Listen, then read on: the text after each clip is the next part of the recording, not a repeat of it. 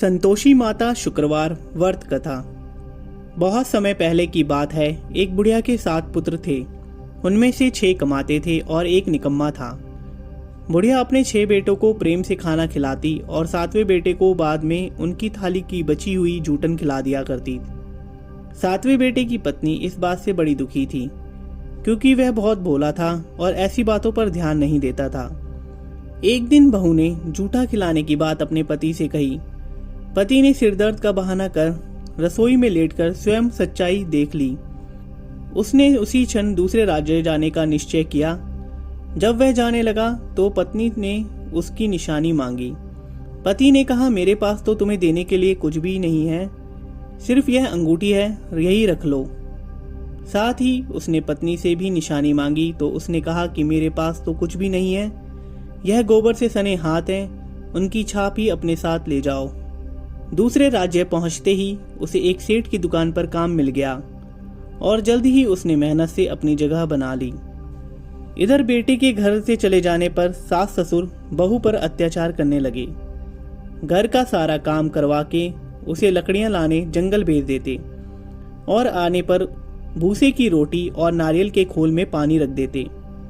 इस तरह अपार कष्ट में बहू के दिन कट रहे थे। एक दिन लकड़ियां लाते समय रास्ते में उसने कुछ महिलाओं को संतोषी माता की पूजा करते देखा और पूजा विधि पूछी। उनसे सुने अनुसार बहू ने भी कुछ लकड़ियां बेच दी और ₹1.25 का गुड़ चना लेकर संतोषी माता के मंदिर में जाकर संकल्प लिया। 2 शुक्रवार बीतते ही उसके पति का पत्र और पैसे दोनों आ गए। बहू ने मंदिर जाकर माता से प्रार्थना की, जब मेरा पति घर आ जाएगा तो मैं तुम्हारे व्रत का उद्यापन करूंगी। एक रात संतोषी माँ ने उसके पति को स्वप्न में दर्शन दिए और कहा कि तुम अपने घर क्यों नहीं जाते। तो वह कहने लगा, सेठ का सारा सामान अभी बिका नहीं है, रुपया भी अभी नहीं आया है। उसने सेठ को स्वप्न की सारी बात कही तथा घर जाने की इजाजत मांगी, पर सेठ ने इनकार कर दिया। माता की कृपा से कई व्यापारी आए, सोना चांदी तथा अन्य सामान खरीद कर ले गए। कर्जदार भी रुपया लौटा गए। अब तो साहूकार ने उसे घर जाने की इजाजत दे दी। माता के वरदान से वह शाम के समय कपड़े गहने खरीदकर अपने गांव चल दिया।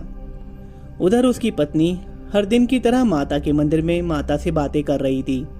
हे माँ, मेरे स्वामी कब आएंगे? तो माता ने कहा, बेटी, तुम्हारे पास जो लकड़ियां हैं इनकी 3 गठरियां बना ले। एक को नदी किनारे छोड़ दो, एक को यहाँ मंदिर में और एक को अपने घर जाकर पटक कर कहना कि लो लकड़ियां और 2 भूसे की रोटी। माता के कहने पर उसने भी वैसा किया। उधर से जब उसका पति लौट रहा था तो नदी पार करते हुए ही सूखी लकड़ियां दिखाई दी। सफर से थकान हो गई थी और भूख भी लगाई थी। उसने आग जलाई और भोजन का प्रबंध किया और खा पीकर घर की ओर रवाना हुआ। जब वह घर पहुंचा तो उसने सुना कि उसकी पत्नी ने लकड़ियों का गट्ठर आंगन में पटक कर कहा कि लो सासू जी, लकड़ियों का गट्ठर लो और भूसे की रोटी दो। पति ने स्वर सुना तो उसे अपनी पत्नी की हालत देखकर उस पर बहुत दुख हुआ। अपनी माँ से पूछा कि इसकी हालत ऐसी क्यों हुई।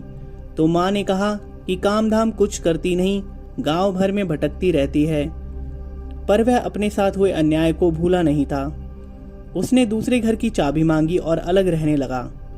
अब तो माँ संतोषी की कृपा से उसके दिन अच्छे हो गए।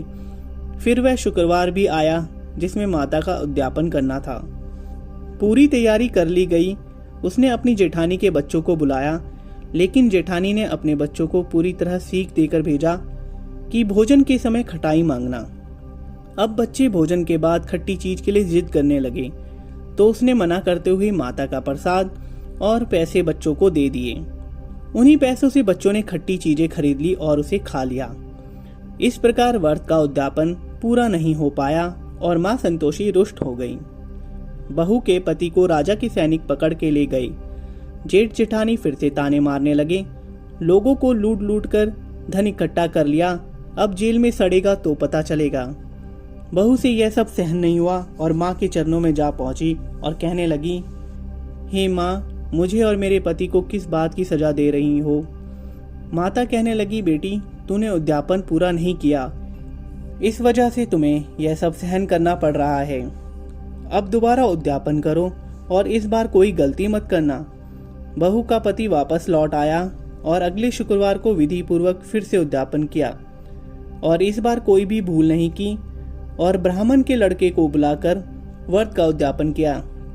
इस बार पैसों की जगह फल दिए और उसका उद्यापन पूरा हुआ।